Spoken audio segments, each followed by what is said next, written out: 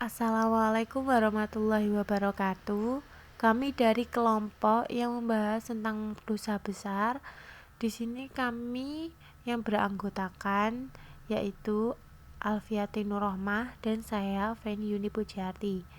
Di sini kita akan belajar mengenai pelaku dosa besar menurut beberapa aliran teologi Islam. Sebelum kita beralih kepada pendapat para aliran mengenai pelaku dosa besar, alangkah baiknya kita mengetahui pengertian dari dosa besar itu sendiri. Nah, dosa besar itu adalah setiap dosa yang mengharuskan adanya had di dunia atau diancam oleh Allah Subhanahu wa taala dengan neraka atau laknat atau murkanya dari Allah itu. Nah, setelah kita mengetahui pengertian dari dosa besar, kita akan belajar mengenai pelaku dosa besar menurut 4 aliran. Yang pertama yaitu aliran Khawarij, yang kedua aliran Wahabi, yang ketiga aliran Mu'tazilah, dan aliran Ahlus Sunnah. Untuk aliran Khawarij dan Mu'tazilah yang berpendapat tentang dosa besar, itu akan dijelaskan oleh saya Feni Yuni Pujiati, dan Wahabi dan Ahlus Sunnah itu akan dijelaskan oleh Alfiati Nurrohmah. Yang pertama adalah pelaku dosa besar menurut aliran Khawarij. Pada aliran Khawarij ini terbagi beberapa sekte yang memiliki pemahaman tentang pelaku dosa besar yang berbeda-beda antara satu dengan yang lainnya. Nah, di sini sudah saya tampilkan di beberapa PPT dan juga di makalah sudah dituliskan. Yang pertama yaitu sekte Al-Muhakimah. Nah, pada golongan Al-Muhakimah ini itu adalah golongan asli para pengikut yang memisahkan diri dan yang menganggap bahwa semua orang yang menyetujui arbitrase bersalah dan itu menjadi kafir.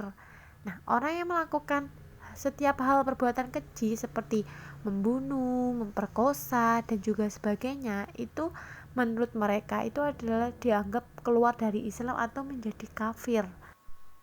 Nah, untuk subsekte yang kedua ini yaitu Al-Zaqirah. Nah, ini subsekte ini tentang pelaku dosa golongan ini menggunakan istilah yang lebih mengerikan daripada kafir, yaitu politis atau musyrik. Dan mereka juga mengkafirkan kepada setiap orang yang tidak ikut bertempur. Nah, mereka langsung mengeluarkan orang-orang yang tidak ikut bertempur dari jajaran kaum muslimin, sekalipun mereka masih mengajarkan agama Islam. Dan bagi mereka, bagi anak orang musyrik bersama orang tuanya itu akan kekal tempatnya di dalam neraka. Dan subsekte yang ketiga yaitu Al-Najdat.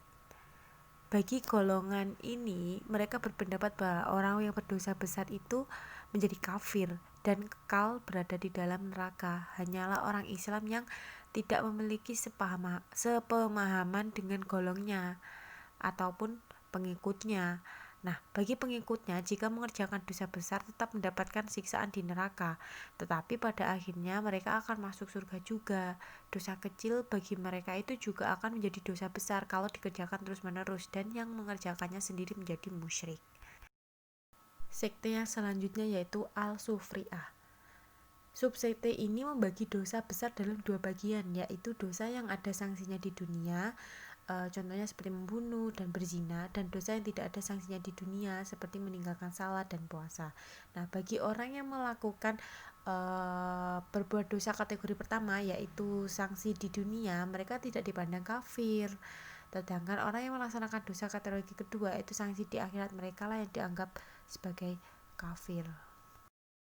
Dan sekte yang terakhir adalah Al-Ibadah. Bagi mereka, orang kafir itu adalah orang Islam yang tidak sepemahaman dengan golongan mereka. Yang aliran kedua yaitu dosa besar menurut Mu'tazilah. Nah, kemunculan aliran Mu'tazilah ini dalam pemikiran teologi Islam itu diawali oleh masalah yang hampir sama dengan Khawarij dan juga Murji'ah. Nah, yaitu mengenai siapa sih pelaku dosa besar itu, status dosa besarnya itu seperti apa. Nah, apakah orang yang melakukan dosa besar itu masih beriman atau telah menjadi kafir? Ini berbeda dengan Khawarij. Kalau Khawarij itu mengkafirkan pelaku dosa besar, dan juga Murji'ah memelihara keimanan pelaku dosa besar. Tapi kalau Mu'tazilah itu tidak menentukan status dan predikat yang pasti bagi para pelaku dosa besar. Nah, apakah ia tetap mukmin ataupun kafir? Nah, kecuali dengan sebutan yang sangat terkenal, yaitu al-manzilah bain al-manzilataini, yang artinya setiap pelaku dosa besar menurut Mu'tazilah itu berada di posisi tengah-tengah di antara posisi mukmin dan juga kafir. Nah, posisi tengah-tengah bagi berbuat dosa besar ini juga kaitannya erat dengan keadilan Tuhan. Pembuat dosa besar bukanlah kafir, tapi karena mereka masih percaya kepada Tuhan yang Maha Esa dan juga Nabi Muhammad, tetapi mereka bukanlah mukmin. Nah, karenanya imannya tidaklah sempurna. Nah, karena itu bukan mukmin, ia tidak dapat masuk surga, dan karena bukan kafir pula, ia sebenarnya tidak mesti masuk neraka. Ia seharusnya ditempatkan di luar surga dan juga di luar neraka. Tetapi karena di akhirat tidak ada tempat selain dari surga dan neraka, maka pembuat dosa besar harus dimasukkan ke dalam salah satu tempat ini. Penentuan tempat itu banyak hubungannya dengan faham Mu'tazilah tentang iman. Iman bagi mereka digambarkan bukan hanya oleh pengakuan dan ucapan lisan, nah tapi juga oleh perbuatannya. Dengan demikian kita bisa sebut pembuat dosa besar menurut Mu'tazilah itu tidak beriman dan oleh karena itu tidak dapat masuk surga. Nah, tempat satu-satunya ialah neraka. Tetapi tidak adil kalau ia dalam neraka mendapat siksaan. Dan juga sama beratnya dengan orang kafir. Nah, itu pembuat dosa besar itu betul masuk neraka tetapi mendapat siksaan yang lebih ringan, tidak sama dengan kafir. Nah, menurut Mu'tazilah ini iman bukan hanya tasdik tapi dalam arti menerima. Nah, menerima itu sesuatu yang benar apa yang disampaikan oleh orang lain, akan tetapi iman adalah pelaksanaan kewajiban kepada Tuhan. Nah, orang yang membenarkan bahwa tasdik itu tidak ada Tuhan selain Allah dan Muhammad itu Rasulnya, tetapi tidak melaksanakan kewajibannya, maka tidak dapat dikatakan mukmin. Nah, bisa ditegaskan bahwa iman di sini tidak bermakna pasif yang hanya menerima apa yang dikatakan oleh orang lain, akan tetapi iman itu mesti aktif karena akal itu mampu mengetahui kewajiban-kewajibannya kepada Tuhan, tinggal kita mau menjalani apa tidak. Nah, akal dan iman bagi Mu'tazilah ini tidak bisa dipisahkan.